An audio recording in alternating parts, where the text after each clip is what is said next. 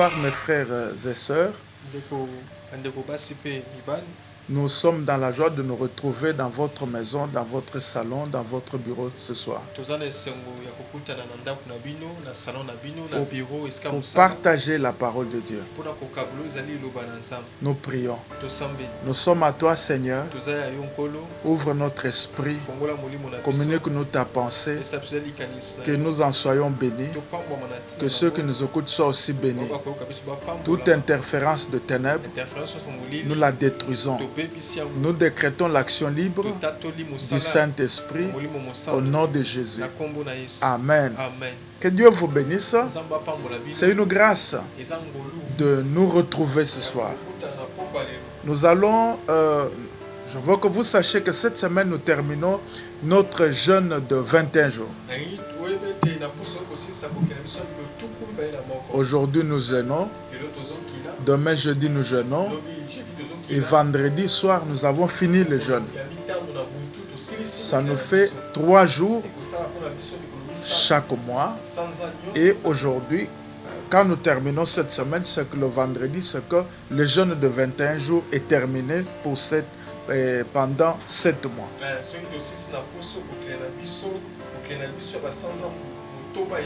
Que Dieu vous bénisse, vous tous qui êtes entrés dans le train de jeûne. Vous avez été sensibles. Voilà pourquoi ce soir, nous avons prévu un sous-thème qui nous permettra d'aller jusqu'au le vendredi. Et là, nous allons clôturer notre jeûne par le thème la sensibilité spirituelle. J'essaie de définir ce que j'entends par sensibilité spirituelle. Pour moi, la sensibilité spirituelle, c'est la capacité qu'un homme ou qu'une femme peut avoir d'appréhender un message spirituel.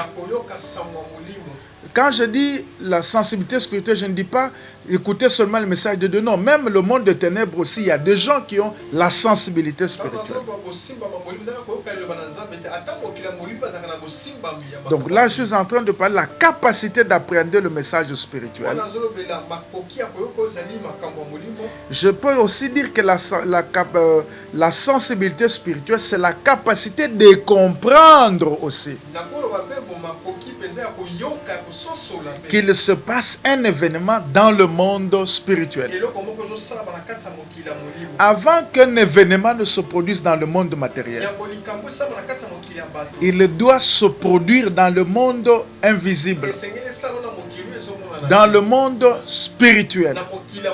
N'oubliez pas, la Bible dit, en réalité, dans l'homme, c'est l'esprit. Pour nous rafraîchir la mémoire, l'homme est un esprit ayant une âme se trouvant dans un corps. Alors, si nous pouvons partager ces parties-là, nous avons l'esprit, nous avons l'âme, nous avons le corps. Donc, nous avons 3 parties, excusez-moi. Et si nous pouvons le mettre dans ce que nous avons étudié à l'école primaire, les fractions, nous dirons 3 tiers. Alors, avec les 3 tiers, les 2 premiers tiers, donc ce sont des parties qui sont invisibles ou spirituelles. Voilà. Mais le 1 tiers qui est le corps physique, qui est le soma ou le matériel, lui est palpable sur le monde physique, le monde matériel. C'est pourquoi je donne raison à la Bible, qui dit en réalité dans l'homme c'est l'esprit. Donc beaucoup de choses que l'homme vit sont une manifestation de ce qui est dans le monde invisible. Nous fermons et nous avançons. Je peux encore dire que la capacité, la sensibilité spirituelle, c'est aussi la capacité de comprendre une information spirituelle qui vous est destinée. Parce que le monde spirituel peut vous envoyer un message. Mais si vous ne l'appréhendez pas, ce que vous êtes insensible. Mais un homme sensible, il peut percevoir un message. Même s'il ne le décode pas, dans le détail, mais il sent que ça ne va pas, ou il sent que ça va, je peux aller ou ne pas aller. La sensibilité spirituelle. Je voudrais qu'on partage ensemble un passage dans le livre de Genèse, de chapitre 2, de verset 18 au verset 23. Je lis au nom de Jésus-Christ. Que Dieu nous bénisse tous. L'Éternel Dieu dit, il n'est pas bon que l'homme soit seul, je lui ferai une aide semblable à lui. L'Éternel Dieu forma de la terre tous les animaux des champs et tous les oiseaux du ciel. Il le fit venir vers l'homme pour voir comment il les appellerait, afin que tout être vivant portât le nom que lui donnerait l'homme. Et l'homme donna des noms à tout le bétail et aux oiseaux du ciel et à tous les animaux des champs. Mais pour l'homme, il ne trouva point d'aide semblable à lui. Alors l'Éternel Dieu fit tomber un profond sommeil sur l'homme, qui s'endormit et prit une de ses côtes et referma la chair à sa place. L'Éternel Dieu forma une femme de la côte qu'il avait prise de l'homme et l'amena vers l'homme.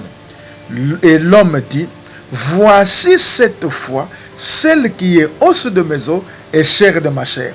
On l'appellera femme parce qu'elle a été prise de l'homme. C'est pourquoi l'homme quittera son père et sa mère et s'attachera à sa femme, ils deviendront une seule chair. Que Dieu nous bénisse. Amen. Nous venons de suivre ce que la parole de Dieu nous dit au sujet de la création de l'homme. La Bible dit ceci, que lorsque Dieu a créé Adam, Adam était seul, mais il n'avait pas conscience qu'il était seul. Mais Dieu qui l'a créé savait qu'il était seul. Dieu qui l'avait créé a résolu en son cœur, en disant qu'il n'est pas bon que l'homme soit seul. Je lui ferai une aide semblable. Bien-aimé dans le Seigneur, l'Éternel Dieu n'avait jamais dit à l'homme qu'il lui ferait une aide semblable. Dieu s'est dit cela dans son cœur. Je peux aller loin en disant dans le secret de Dieu. L'homme ne pouvait pas pénétrer. L'homme ne pouvait pas dénicher. L'homme ne comprenait pas. Ça, c'est la chose. La deuxième chose, comment au réveil, Adam a-t-il compris que Ève a été tirée de ses côtes? Dieu n'a pas dit à l'homme. Il dormait. Mais quand Dieu amène la femme, l'homme se réveille. Il dit, ah, voici cette fois-ci l'os de mes os. Alors qu'il pouvait appeler la lionne. Il pouvait appeler le lion. Une chèvre ou je ne sais pas, une brebis, chair de ma chair. Il ne l'a pas dit. Mais comment seulement il pouvait comprendre que Ève a été tirée de ses côtes, qu'elle était un os parmi les os, qui lui a donné cette révélation? Alléluia. Parce que Dieu ne lui a pas dit. La réponse est simple. Adam avait la sensibilité spirituelle. Il a senti qu'il y a quelque chose qui me manque. Il a senti que ce qui me manque, c'est ce qu'on vient de m'amener. Même s'il n'a pas eu de prophétie, même s'il n'a pas eu de songe, même si quelqu'un ne lui a pas écrit, il a eu la sensibilité spirituelle. Mes frères et sœurs, parlez en langue comme vous voulez. Faites tout ce que vous voulez. Mais si vous n'avez pas la sensibilité spirituelle, beaucoup de choses vous échapperont. Vous commettrez beaucoup d'erreurs. Vous tomberez dans de mauvaises appréciations. Vous tomberez dans beaucoup de pièges. Mais puisque cet enseignement, Dieu vous l'envoie, je reste persuadé qu'avant que cet enseignement ne se termine, votre sensibilité spirituelle va croître. Si vous croyez avec moi, dites 3 fois Amen. Que Dieu vous bénisse. Alléluia. Lisons Genèse 1, de verset 26 au verset 28. Genèse 1, 26 au verset 28. Puis Dieu dit, faisons l'homme à notre image, selon notre ressemblance, et qu'il domine sur le poisson de la mer, sur les oiseaux du ciel, sur le bétail, sur toute la terre, sur tous les reptiles qui rampent sur la terre. Dieu créa l'homme à son image. Il le créa à l'image de Dieu. Il créa l'homme et la femme. Il le bénit et Dieu leur dit, soyez féconds, multipliez, remplissez la terre et la sujettissez et dominez sur tous les poissons de la mer, sur les oiseaux du ciel, sur tout animal qui se met sur la terre. Alléluia. Amen. Je veux que nous retenions que l'homme que Dieu avait créé, qui était à la ressemblance de Dieu, n'avait pas un nez comme toi et moi, n'avait pas la tête comme toi et moi, n'avait pas la forme que nous avons, tout simplement parce que cet homme qui était créé homme et femme était un être spirituel. Alléluia. Est-ce que vous comprenez? C'était un homme, un être, je préfère dire, spirituel, qui était en même temps homme, qui était en même temps femme. Laissez-moi évoluer. Cet homme, je disais, il était... Quelles sont ses caractéristiques? Au verset 27, vous lirez, nous disons la première caractéristique. Cet homme était spirituel. C'est-à-dire, avant qu'il ne devienne matériel, avant qu'il ne soit un homme, un être qu'on peut toucher, palpable, qui entre en interaction avec le monde matériel. Il était un être spirituel, mais qui existait devant Dieu, qui était dans la pensée de Dieu, qui était dans la présence de Dieu, qui communiquait avec Dieu, qui se déplaçait avec Dieu. Oh, merveilleux! C'est cet homme spirituel. Deuxième caractéristique, il ressemblait à Dieu. C'est-à-dire, quand Dieu dit à notre ressemblance, comme Dieu n'a pas de ventre, comme moi et toi, cet homme n'était pas comme toi et moi. Il était Dieu. C'est-à-dire, il était éternel, comme Dieu était éternel. Alléluia. Donc, vous comprenez, il ressemblait à Dieu. Quand vous regardez Dieu, vous le regardez, vous dites, ah, ça c'est la photocopie. Ça c'est la ressemblance. En fait, je prends un exemple charnel. Quand vous avez un enfant, quelqu'un cherche chez vous. Vous lui dites, tu vas entrer à gauche, tu verras une maison, tu verras mes enfants. Quand il vient, il voit tes enfants. Il ne peut dire non, là je suis arrivé chez elle. Parce que je vois seulement le teint de l'enfant. Je vois sa manière de marcher. J'ai compris que c'est l'enfant de tel. Donc il y a de traits, il y a des ressemblances exactes qui ne trompent pas. C'était aussi la même chose. Alors Adam ressemblait à Dieu. D'abord, je parle d'abord de l'autre invisible. Il ressemblait à Dieu. Troisième caractéristique, il était l'image de Dieu. Lorsqu'on nous fait des photos, on nous prend une photo, on te la montre, ou on montre à quelqu'un. Quand quelqu'un regarde, il dit que c'est toi. Mais ce n'est pas toi. Ce n'est pas toi qui manges. Ce n'est pas toi qui parles. Celui-là, c'est une image figée. Ah, voilà. Alors, Adam aussi, l'être invisible, cet être-là était l'image de Dieu. En voyant cette image, on trouvait que c'est le reflet de Dieu. Une projection divine. Oh mon Dieu. Quatrième caractéristique, il était Dieu. Il était Dieu. Je vais plus loin dans la Bible. Plus loin, la Bible dit, vous êtes des dieux, cependant vous mourrez comme des hommes. Je veux y revenir avant la fin du message. Pas d'aujourd'hui, mais avant la fin du message. Alors, puisque cet homme était spirituel, ressemblait à Dieu, l'image de Dieu, qu'il était Dieu. Par conséquent, il n'avait pas besoin d'un langage humain pour parler avec Dieu. Oh, Rabba Shaka Rabba. Cet homme spirituel, il parlait comment avec Dieu? Il avait quel langage? Non, ils avaient avec Dieu un langage divin. Un langage divin, un langage spirituel. Il communiquait sans interférence. Mais voici la question que je pose. Tout ça, c'est dans la grande introduction sur la sensibilité spirituelle. Voilà. Pourquoi l'homme spirituel était-il devenu physique? Était-il manifesté? Pourquoi on pouvait le toucher? J'ai deux réponses simples. Quelques réponses simples. La première, parce qu'il devrait se multiplier. Genèse 1, 22. Dieu le bénit en disant, soyez féconds, multipliez, remplissez les eaux. Alléluia. Mais cet homme qui était homme et femme, comment peut-il se multiplier en étant esprit?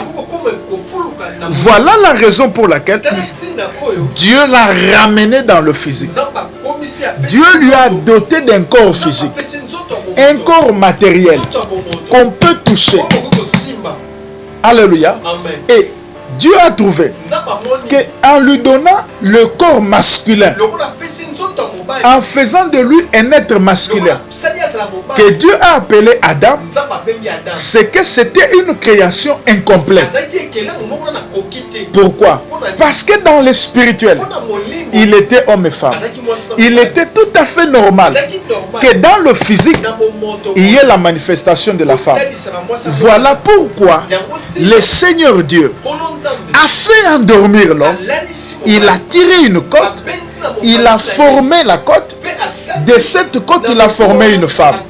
Et les deux êtres qui sont deux êtres, et la Bible dit, l'homme quittera son père et sa mère, s'attachera à sa femme, ils deviennent un. Pourquoi ils deviennent un? Pour rentrer dans la pensée divine de l'être qui ressemblait à Dieu, qui était homme et femme. Alléluia. Que le Seigneur Dieu nous bénisse. C'était ça la première raison. La deuxième raison, nous trouvons dans Genèse 1, 26. Faisons l'homme à notre image, selon notre ressemblance, qu'il domine sur le poisson, sur les oiseaux, sur le bétail, sur toute la terre, sur les reptiles, etc., etc. Quelle est la raison? Parce que l'homme devrait interagir avec le monde matériel. Un esprit, oui, il peut se déplacer, mais il ne va pas interagir avec le matériel. Il fallait que l'esprit portât le matériel pour que l'esprit devenu matériel, embrigadé,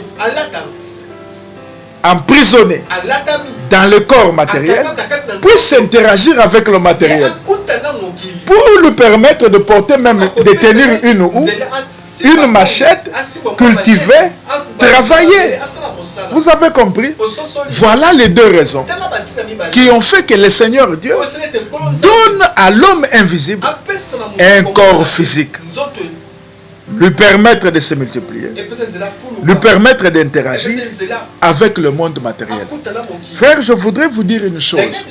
Comme quelqu'un qui a la grâce de travailler dans le domaine de la délivrance, retenez une chose, qu'un esprit ne peut être efficace dans son action que s'il peut interagir avec le monde matériel. Je reprends. Un esprit ne peut manifester ses caractéristiques, sa personnalité, que s'il s'incarne dans un corps physique. Je vous donne un exemple simple. Le Seigneur Jésus-Christ, je vais vous en donner d'ailleurs deux. Le Seigneur Jésus-Christ qui traverse le territoire de Gadara. La Bible déclare, il rencontre un homme qui dormait dans les sépulcres, souvent lié des chaînes, mais il les rompait. Imaginez-vous ce qu'il imagine. Quand il a vu le Seigneur Jésus, il a dit, es-tu venu nous perdre? Notre temps n'est pas arrivé. Ah, mais cet homme ne connaissait pas Jésus. Mais il a reconnu Jésus, non avec les yeux physiques, mais avec les yeux spirituels. Ce n'est pas l'esprit conscient de l'homme qui a connu Jésus, mais ce sont les esprits qu'on appelle les légions. Ils étaient nombreux. Alors, un d'eux, l'esprit supérieur, qui a parlé à Jésus, qu'il l'a connu. Je voudrais vous dire que le monde spirituel, principalement le monde satanique, connaît que la fin du monde existe, connaît que la fin du temps existe, connaît que ce n'est pas aujourd'hui le temps pour eux d'aller et de demeurer toujours dans les lieux arides ou de demeurer toujours dans l'enfer. Ils connaissent le temps. Je ferme vite cette parenthèse. Alors, ces esprits habitant un homme l'ont poussé dans les sépulcres. L'homme de lui-même ne pouvait pas aller. Ce qui fait qu'après la délivrance de l'homme, l'homme n'est plus resté dans les sépulcres. Il est rentré dans sa famille, témoigner la gloire de Dieu. Je voudrais dire, il y a des comportements que certaines personnes manifestent qui ne relèvent pas de leur volonté ou de l'esprit conscient. Mais c'est sous l'impulsion du monde des ténèbres. Vous entendez bien. Que Dieu vous bénisse. Je voudrais donner un deuxième exemple avant de passer au troisième. Pierre parlant à Jésus, il lui dit, ne va pas à Jérusalem. On a voulu te lapider. Jésus le regarde en face et lui dit, éloigne-toi de moi, Satan.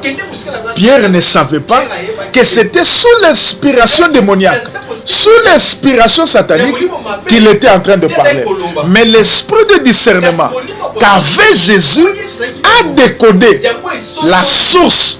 Il lui a dit, éloigne-toi de moi, Satan. Je prends un dernier exemple. Lorsque Jésus a délivré cet homme, alors la Bible dit, il a envoyé ses esprits, on dit, envoie-nous même dans le porceau. Pourquoi? Parce qu'étant dans le porceau, il vaut bien se manifester. Je voudrais dire à quelqu'un que le corps, les corps en général, est le siège favorable des esprits. Ça peut être de l'esprit de Dieu ou de l'esprit de ténèbres. Vous comprenez? Mais puisque vous qui m'entendez, ce n'est pas par hasard que vous m'écoutez, que vous êtes connecté sur YouTube maintenant ou connecté sur Facebook, c'est que Dieu vous destine à la gloire. Je déclare, je décrète que votre corps est le temple du Saint-Esprit. Je déclare que votre vie et la gloire de Dieu devrait refléter la gloire de Dieu. S'il y avait une puissance, s'il y avait une ombre négative qui planait sur votre vie, qui planait autour de vous, qui conditionnait votre vie, au nom de Jésus, sous leur manteau divin, sous ce manteau apostolique et prophétique, je décrète votre libération. Je décrète votre libération. Je décrète votre libération et je décrète votre sécurisation par la puissance du sang de Jésus-Christ. Que le Seigneur Jésus, le Dieu de gloire, qui m'a mené au sacerdoce, qui m'a établi, qui m'a mis comme canal pour vous bénir, vous bénisse. Au nom de Jésus. Amen.